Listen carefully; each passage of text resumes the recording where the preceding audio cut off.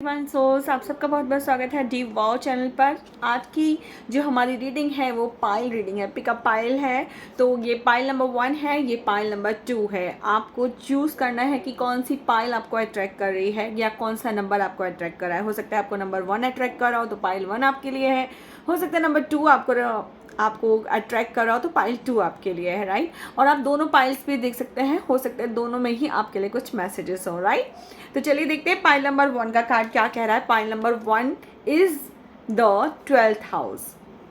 तो 12th house क्या होता है? 12th हाउस होता है हमारा मोक्ष का घर, हमारा आध्यात्म का घर। तो हो सकता है अभी जो रीडिंग आपके सामने आई है, जिन लोगों के सामने भी ये रीडिंग आई है, आप में से कुछ लोग स्पिरिचुअल जर्नी में हो, राइट। और आप कहीं ना कहीं मोक्ष की जर्नी में हो, यानी आपकी आत्मा को इस जर्नी से मुक्ति चाहिए। अब आप मुक्ति की ओर जा रहे हैं, राइट। अब आपको वापस इस धरती पे पैदा नहीं होना है।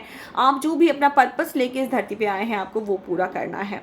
तो this is the area of your life, this is overwhelming you yield to greater cause or power, यानी कि आप एक ग्रेटर कॉज के लिए आए हैं। आप बहुत पावरफुल सॉल हैं और ऐसे ही यूं ही आप जीवन व्यर्थ करने के लिए नहीं आए हैं।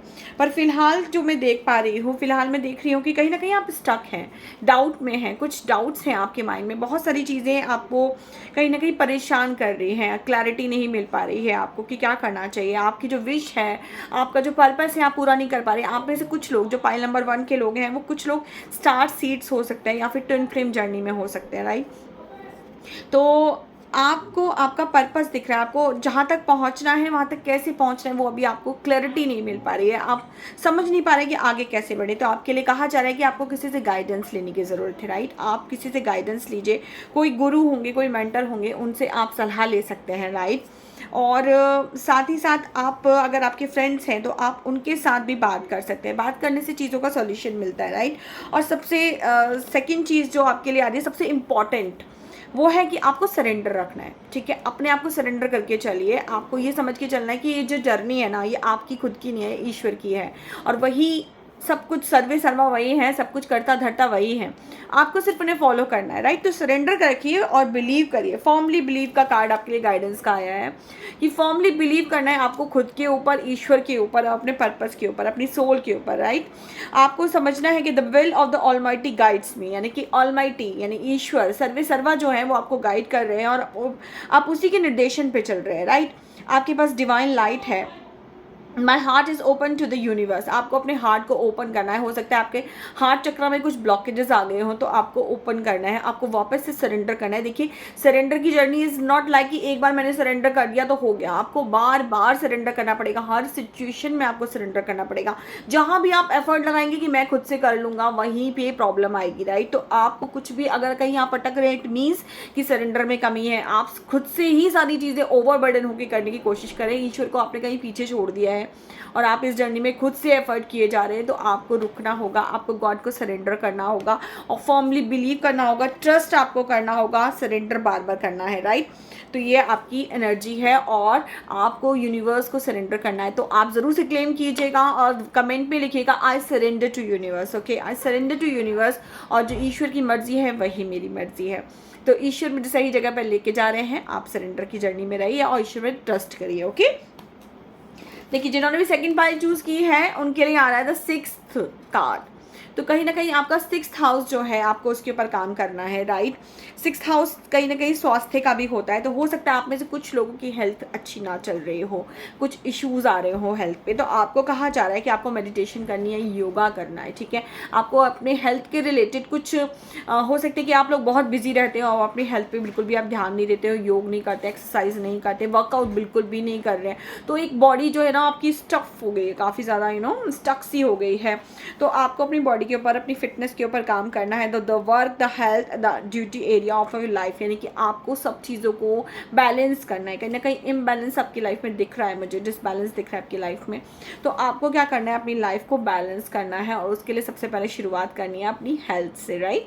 और आपको भी सरेंडर करना है। कहीं ना कहीं आप भी बहुत ज़्यादा बर्डन ले रहे हैं। आप में से जो कुछ लोग हैं ना, मुझे यहाँ पे दिख रहा है कि कुछ लोग जो ये वीडियो देख रहे हैं, जिनके सामने भी आई है, हो सकता है आप में से कुछ लोग प्रेग्नेंट हो, अगर फीमेल्स हैं तो हो सकता है आप में से कुछ लोग प्रेग्नेंट हो या फिर मदर्स हैं, ठीक है, जो लोग अपनी हेल्थ पे ध्यान नहीं दे रहे हैं। और कुछ लोग ऐसे हैं जो कि कंसीव करने की कोशिश कर रहे हैं बट कंसीव नहीं हो रहा है, क्योंकि ये देखिए कलेक्टिव रीडिंग है, बहुत सारे लोग इसे देखेंगे, बहुत सारी एनर्जीज यहाँ जुड़ती हैं, तो सबके लिए रीडिंग है, राइट। तो कुछ लोग मदर्स हैं ऑलरेडी और इस वजह से हेल्थ इश्यूज़ आ रहे हैं, प्रेगनेंसी में हो सकता है कुछ कॉम्प्लिकेशंस आपके रहे थे और उसकी वजह से आपने वेट पुट ऑन कर लिया है, या फिर हेल्थ इश्यूज़ आपको आ गए प्रेगनेंसी की वजह से।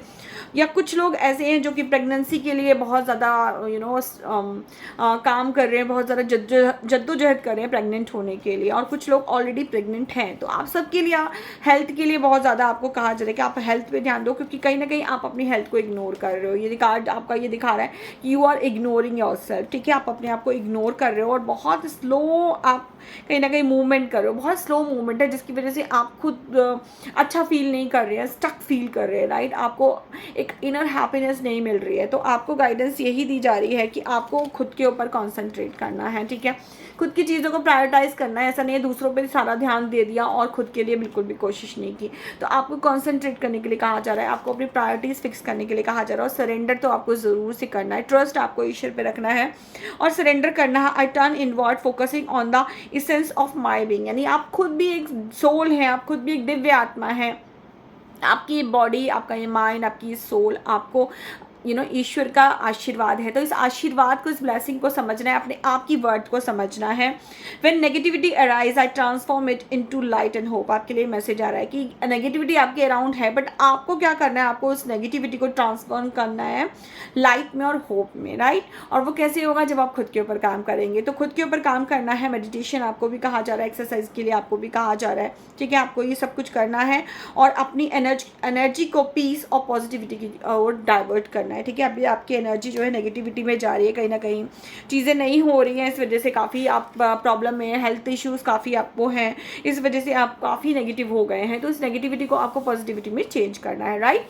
तो all the very best guys, और ज़रूर से क्लेम कीजिएगा कि I claim positive energy, I choose myself, I choose universe, I surrender to universe.